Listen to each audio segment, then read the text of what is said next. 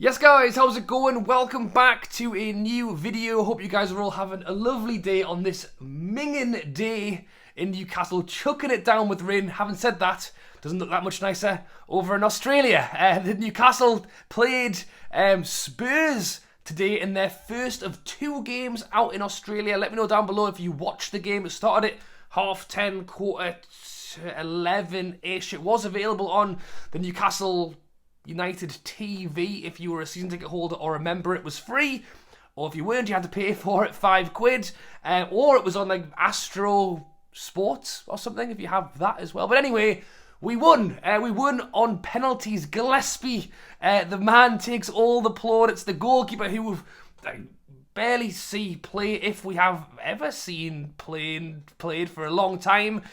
He saves a penalty. Newcastle win it. Eddie Howe actually comes out after when Gillespie's doing like his post-match interview. Eddie Howe interrupts it to grab the microphone and basically praise Gillespie, which is, you know what it is. I know a laughing joke, and he's.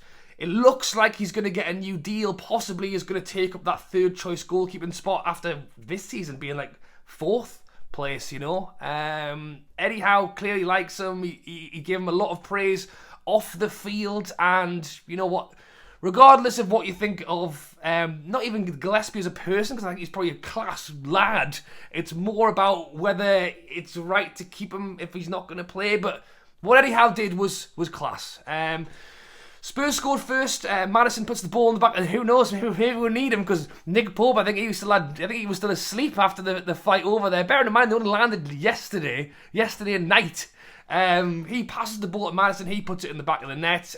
Isak equalises, and by the end of the game, I think we've made 15 substitutions. Murphy's come on the pitch. He's gone back off again. Trippier did about 30 minutes. What a team full of kids. One of which was Garang Kual, who, by the way, got a huge round of applause from the guys over in Australia. I think it was like 80,000 people in the stadium. So there was obviously a lot of fans out there wanting to go see the game. And Garang Kual scored his pen and Gillespie saved it. So yes, happy days. We won out there. 2 more days. We'll play again on Friday morning, and then I think we're coming straight back. So yes, it's one of those. It is a post-season friendly. It's for the money, really, isn't it? I don't think it's for the fitness. I think they could all probably do with a lie down in bed. But yes, great for the Aussie fans to see it. But as good as all that was, someone who isn't having a good time right now is Dan Ashworth, and I thought I'd jump on and talk about this man because it's a strange one. It's been kind of rattling around for a little while now. Ashworth came into Newcastle with high hopes, from fans, high hopes, high expectations, and I think honestly, it's possibly hard to judge. I mean, really, it's almost, for me anyway, it's laughable as to how it's kind of ended and what's gone on. I was going to try and give a fair critique of what I thought of Ashworth and what he's done at Newcastle, but in reality, he came in, didn't get much time to do anything, and he was already wanting to head out the door. And you can talk about Botman, but we've been chasing him for a while. I think Isak come in just before or just after he arrived, so there wasn't much time for him to really do much on that one anyway. So you could maybe look at a Minty if that one comes off. Garang Kual, for all intents and purposes, he didn't look great in the friendly today. Obviously, he's had two tough loan spells. We'll see what happens next. To be honest, I'm just listing off players, and if I'm honest, I don't think Dan Ashworth's been really here long enough to have had an impact on any of them. But what we do, and how many times can I say allegedly in one video? It's thought or understood that Manchester United came in, Sir Jim Ratcliffe took over, and he wanted to build his team of merry men to try and save the falling down Old Trafford, and one of those merry men appears to be Dan Ashworth. Now, it's understood that allegedly talks were going on behind the scenes with Ashworth. He was heavily linked to the Manchester United job. He pretty much came out and said, I'm sure it was at the start of this season, when I had one of those online talks and said, no, I'm happy here, I'm having a good time. The club were all but saying the exact same thing, and then next thing you know, the rumours start flying, and it was said that Ashworth had basically let the club know that he wanted to go. Now, we'll circle back to that in a moment, because as to whether that actually happened or not, we are not 100% sure. But what we do know, and the club have acknowledged, is that Ashworth is out on gardening leave now. So the idea of that basically is that we don't want to go, yeah, you go off to Manchester United, he goes to Manchester United, he gets his little black book out, gets all his contacts out that he's made at Newcastle, and just starts signing players. You know, if Newcastle have been caught in or chasing players for the last 6 months to a year, and then Ashworth just goes to somewhere else and goes, well, we'll just buy them, I'll just ring them, I've got the phone number, it's over here. Elise, you know, I had that chat a few months ago, well, actually, I'm going somewhere else now, do you fancy? So that's the idea of it. You don't want them to just go.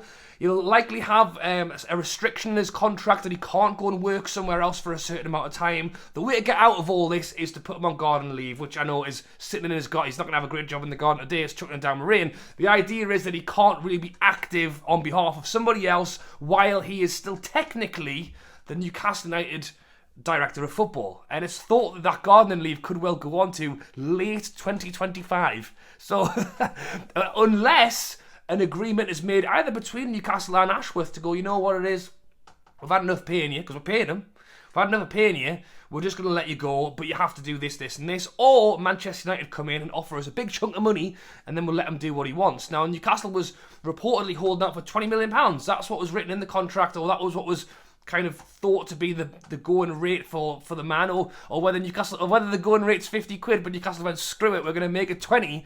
It's thought that Manchester United offered us 2 million, and that we turned around and told them to bog off, is in polite terms, and because of that, it's continued to sit. Now, this is where it gets a little bit more sticky. So it's thought that Ashworth isn't too happy about the fact that he's been chucked on gardening leave and effectively left to sit and mull over his poor decisions in life as he waits to find out what happens next. So because of that, it's understood that Ashworth has looked to get the lawyers involved to basically say that he was placed, because technically speaking, this is where it gets a little bit of unsure, because it's thought that Ashworth is basically saying that he was placed on garden leave too soon. He's a Newcastle United director.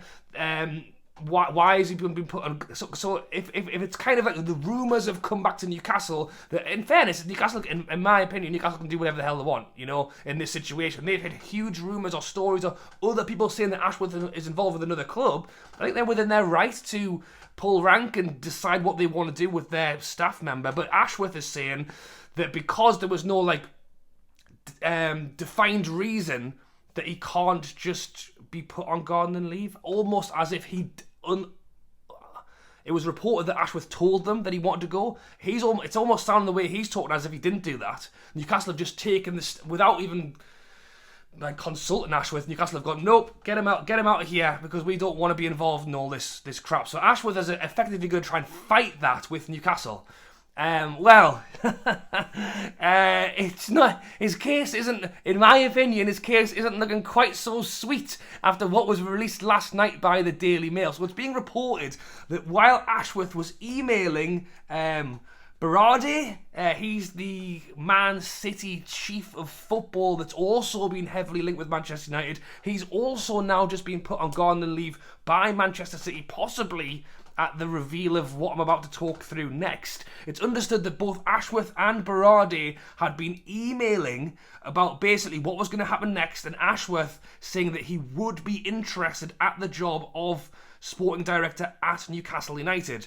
Now, straight away, they're already breaking their contracts, and I think a lot of what I've read online is like they aren't doing their due diligence as written in the Premier League rules. All employees should always be treated with good faith. You know, I don't know what the hell that I mean, yes, I agree with that, but he's got a contract at Newcastle United. He shouldn't be emailing other people saying, oh, yeah, I fancy the job somewhere else.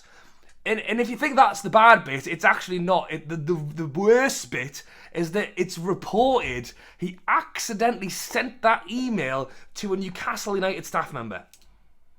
So, yeah, if everything that I've just spoken about already wasn't dodgy enough, that he was linked away, he said he didn't want to go, there's then reports that he did want to go, it's then Newcastle have put him on gardening leave, he's come out and said he shouldn't be on gardening leave because it's not fair, or it's understood that he's saying something along those lines.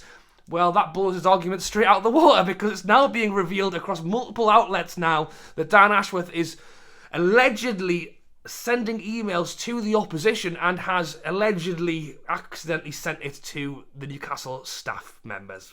So there you go. Dan Ashworth, it's a thought, has made quite the big mistake, and I'm not surprised he's sitting in, he's probably sat in his garden now in the rain, having a bit of a whimper. And it'll be, honestly, I don't know what happens next after all this.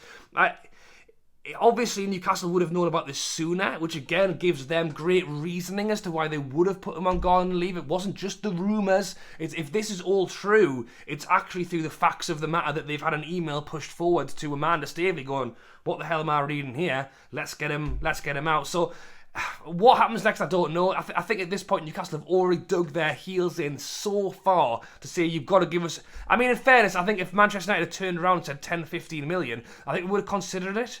It's thought that Newcastle had been interested in the Crystal Palace director of football, hoping to get that tied up before the summer window opens at the end of this month. Rumours are this morning that maybe Dougie Freeman isn't actually that keen on the move. So I don't know where Newcastle are going to turn, but regardless, paying a man who isn't doing anything for the club, I don't think is ideal. I think if Manchester United had the sense to put in a 10, 15 million, I think Newcastle would probably take it just to move on with our lives.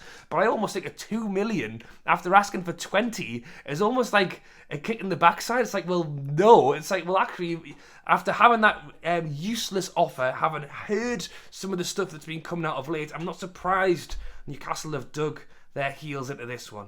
Let me know your thoughts down below. Let me know your thoughts on the Ashworth situation down below. It's quite frustrating, if I'm honest. I know really it's been going on for so long, it's in the background, it's noise and nobody's listening to it.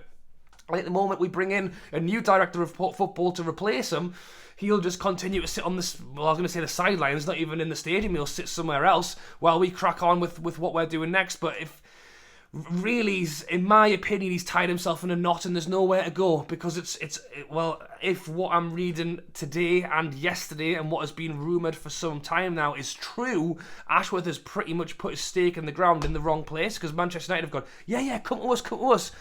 If they'd approached Newcastle from the outset and said, look, we'll give you 5 million for Ashworth, Newcastle might have gone, okay, that 5 million's actually quite good, we'll take it. But because of the way that it's gone on, understood to have gone on, behind people's backs, this left and right, emails for the wrong person, why the hell would Newcastle just go, yeah, you can have him now?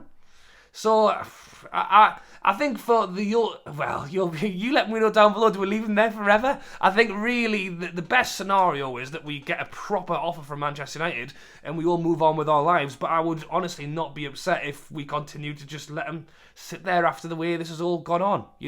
Be honest and upfront from the very start, and this could well have had a way different way. Because of what's being said of behind the scenes and all sorts, I'm not surprised it's dragged on and gone nowhere. Jim Radcliffe's out bloody doing the London Marathon, but always has time to pull over and moan about the fact that other clubs aren't giving him the people that he wants. It's just absolute bananas, but bonkers.